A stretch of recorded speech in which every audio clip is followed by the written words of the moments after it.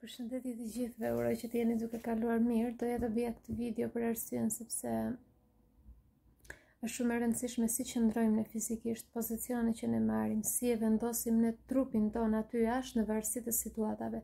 Do shpjegoj me detaje çfarë dua të them me këtë. Ka një lidhje shkencore shumë të fortë midis qëndrimit që ke pozicionit të trupit dhe nivelit të motivimit.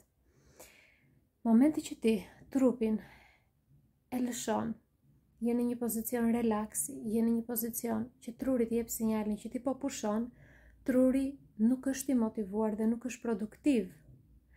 Dhe jep sinjalin që automatikisht je në gjendje relaksi.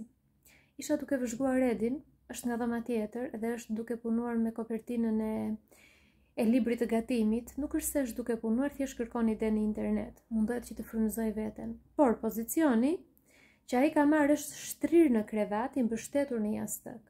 Dhe ka marrë pozicionin që rrizakonisht kur bën scroll në rrjetet sociale. Pra ky është pozicioni relaksit për trurin.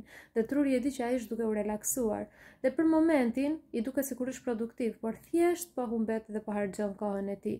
Ose nuk është në kulmin e produktivitetit. Pra kjo kohë që ai po shpenzon nuk është produktive ashtu si duhet jetë. Është shumë e rëndësishme si e vendosim trupin. Momenti që ti ke një detyrë serioze, momenti që ti ke një projekt shumë të rëndësishëm, momenti që ti je duke punuar me ëndrat e tua, ulu si njeri në karrige, krijo një cep aty në shtëpinë tënde, një tavolinë të vjetër sido që të jetë, karrigen, disa bloqe shënimesh, disa stivrolapsa dhe bëje si vendin tënd të produktivitetit, bëje si vendin tënd të punës. Është shumë e rëndësishme mënyra se si e pozicionojmë trupin.